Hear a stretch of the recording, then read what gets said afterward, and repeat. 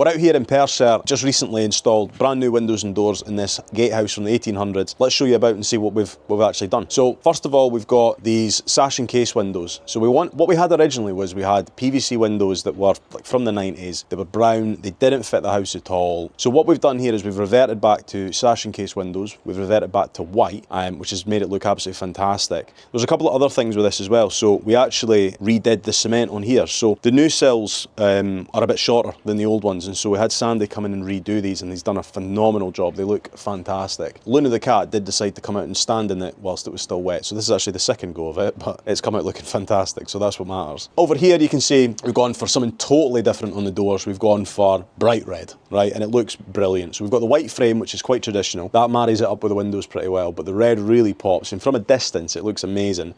Again, black fixtures and fittings here, so handles and letterbox. That matches the windows on the inside. So it's quite subtle. It's got a little bit of modern touches to it, but it's traditional at the same time, so that's a really nice mix. And then probably the best looking part of the whole house is this bay window. So I mean, on the house it looks amazing, but it just didn't look good at all with these brown 90s windows. So with these modern PVC sash and case, especially with the white, I mean, against the stonework and the cement, it pops really, really well. But it just looks like how this house should look. Customers over the moon, we're delighted with it. And again, we've done the cement here as well, so this has all been redone and freshened up. There's no work afterwards for the customer to do. Don't need to get in another company to fix some other bits. We did the whole thing start to finish. And then as we walk around here, you'll start to see we've gone for some different styles of windows. At the front of the house, it made sense to do the sash and case, but part of this house has obviously been done at later dates. Now, this window is obviously much narrower than the ones at the front, so what we've gone for here is a tilt and turn style of window. It doesn't have a bar in it. It operates differently, so this one tilts in at the top inside and then opens in like a door. But one of the things that really matches this up with the ones at the front is the profile, so the actual curvature on the frame is the same,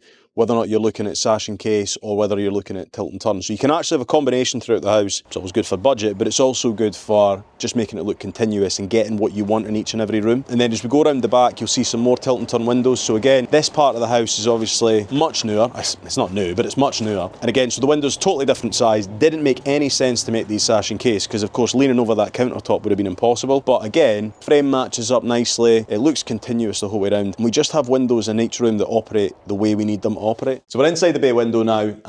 Obviously you can see the black fixtures on it. They look fantastic. Quite modern, but it really fits the traditional windows.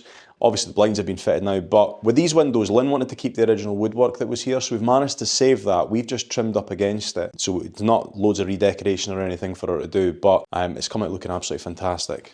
So we're inside here. You can obviously see these again. These are the sash and case that face onto the front, so that matches with the bay window next door, but it's a double window coupled together. Again, in this one, we've actually changed the surrounds because of what was needed for the install, but again, it looks fantastic. And obviously with all the greenery coming out inside, it just fits a traditional house like this. We're through in the master bedroom now. So in here we've gone for the tilt and turn style windows. So the reason we went for them is much easier to use in terms of just bringing them in at the top, but there's no bar in there, and obviously you can see we've got a big hedge outside. So we want to let in as much light as possible. Just getting rid of that bar just improves that. But also because the window's not as wide, it just makes sense to go for a tilt and turn option in here. And then we've done the exact same thing over here. This is obviously a really big window, but we wanted these two to match with each other. These again face onto the back of the house. So this house has all been built in different stages. So some of it's from early 1800s, some of it's probably 100 years later. So we're just trying to fit the right thing in the right part of the house. But again, it's come out looking great.